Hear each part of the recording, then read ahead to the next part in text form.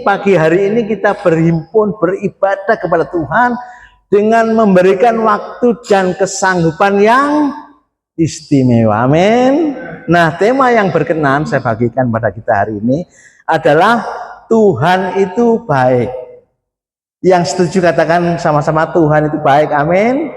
Amin. Alam semesta diciptakan Tuhan segenap isinya supaya segala sesuatu menjadi baik. Nah, hari ini kita memahami firman Allah bahwa Tuhan kita di dalam Yesus Kristus adalah sangat baik, ya.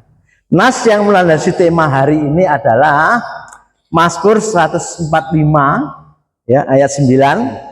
Tuhan itu baik kepada semua orang. Tuhan tidak memandang bulu, tidak memandang keberadaan kita.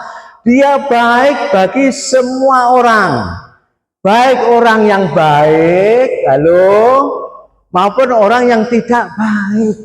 Itu Tuhan kita.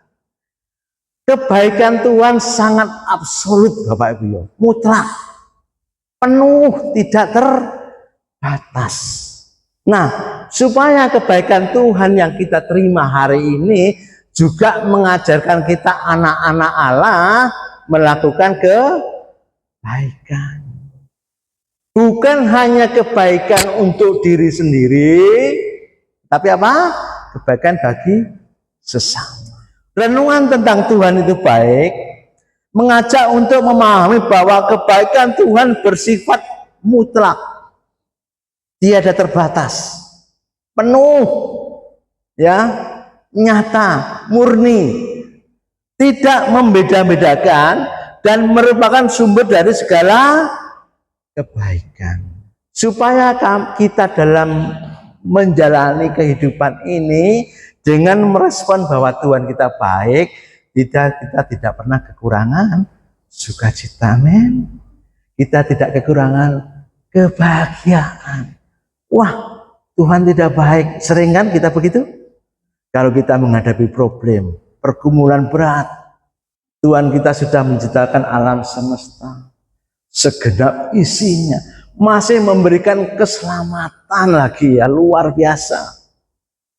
Keselamatan hidup kekal di dalam diri Yesus Kristus.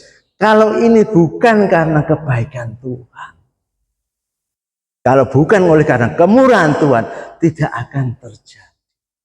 Dia menjawab doa, memberikan pertolongan di waktu kesusahan.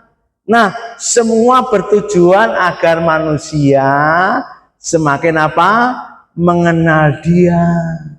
Orang percaya sangat penting, sangat perlu mengenal lebih dalam lagi kepada Tuhannya. Sangat penting bagi setiap kita mengenal Tuhan lebih dalam dan hidup dalam pertobatan. Ada beberapa hal yang mendasari bahwa kebenaran firman Tuhan mengatakan Tuhan kita baik. Hal yang pertama, kebaikan Tuhan yang mutlak dan universal. Tidak ada yang bisa menghalang-halangi. Nah, tidak membeda-bedakan, kebaikan Tuhan mencakup semua orang. Nah, mari pagi hari ini saudara dan saya belajar memberikan respon yang benar bahwa Tuhan kita sangat baik. Kalau saudara juga mengalami kesulitan, saya juga sama. Tapi yang berbeda, mari kita berikan respon yang benar. Dalam kesukaran, dalam kelimpahan, dalam kebaikan, dalam ketidakbaik, tetap kita berikan respon yang positif bahwa Tuhan kita baik. Yang kedua, kebaikan Tuhan dalam anugerah dan penciptaan. Pertama saya singgung, Tuhan sangat baik memberikan penciptaan kepada alam semesta, menciptakan dunia dan seisinya, ya. Tuhan baik, bukan? Dia ciptakan terang, Dia ciptakan langit, Dia ciptakan air, daratan, tanaman, bintang dan matahari, Dia ciptakan hewan, binatang, kemudian yang terakhir Tuhan ciptakan manusia. supaya manusia mengelola hasil ciptaan Tuhan dengan baik dan bijaksana. Pemberian kehidupan Tuhan adalah pemberi nafas dan kesempatan untuk menjalani hidup yang merupakan anugerah berharga dari Sang Pencipta. Anugerah, kasih karunia cuma-cuma. Nah, yang ketiga, kebaikan Tuhan dalam kehidupan sehari-hari. Nah, ini yang kita tunggu-tunggu, bukan? Dalam kehidupan kita sehari-hari banyak sekali proses yang harus kita lewati, bukan? Proses sukar, sulit, banyak pergumulan, banyak masalah. Ya, kita tidak bisa menghindari. Mengapa hal ini Tuhan izinkan? Itu melatih semua bagi kita bahwa iman kita tetap mengatakan di tengah-tengah kesukaran yang kita alami, Tuhan kita tetap baik. Dia menolong, menyertai, memberikan jalan keluar. Terbukti sampai hari ini Bapak, Ibu, dan saya baik-baik saja, bukan? Tuhan menghalau, melepaskan kita dari masalah, pergumulan, menguatkan kita untuk melewati. Dia ada tempat pengungsian kita, tempat perlindungan bagi setiap orang percaya. Terakhir, yang keempat, kebaikan Tuhan di tengah kesulitan. Meskipun dunia penuh dengan kesukaran, kebaikan Tuhan tidak hanya dilihat dari peristiwa baik yang terjadi, tetapi rancangan kasih yang panjang dan abadi. Dia tidak hanya merancangkan kebaikan bagi setiap orang percaya, tetapi dia kasihnya yang panjang dan abadi. Artinya sepanjang kehidupan semua orang. Ada syaratnya di situ. Bagi setiap kita yang mau mengasihi Tuhan, ada action di situ, saudaraku. Ada tindakan. Apa tindakannya? Kita harus mengasihi dia. Siapa yang terpanggil? Semua orang percaya terpanggil. Kita semua. Tanggapan dan respon kebaikan Tuhan bagi setiap kita. Pertama, bersyukur. Harus ada action, bersyukur ya. Nah, kita dipanggil untuk terus bersyukur dan memuliakan nama Tuhan. Bukan hanya saat keinginan terkabul, tetapi dalam hal setiap situasi kita tetap bersyukur. Respon kita terhadap kebaikan Tuhan adalah menjadi cerminan kebaikannya. Kebaikan Tuhan menuntut kita untuk berbuat baik kepada orang lain, menjadi terang dan garam, serta menunjukkan kasih Allah kepada dunia yang gelap. Pesan Tuhan yang terakhir, kita harus menjadi baik dan menjadi garam dunia dimanapun kita berpijak.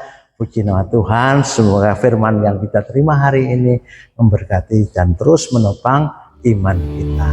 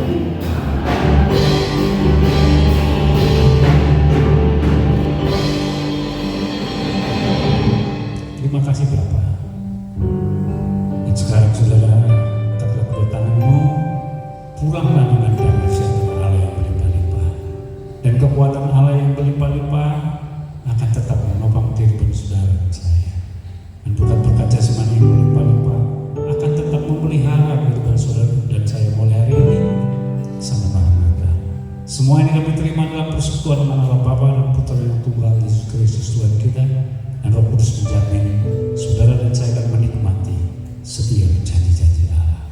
Dalam nama Tuhan Yesus Kristus yang percaya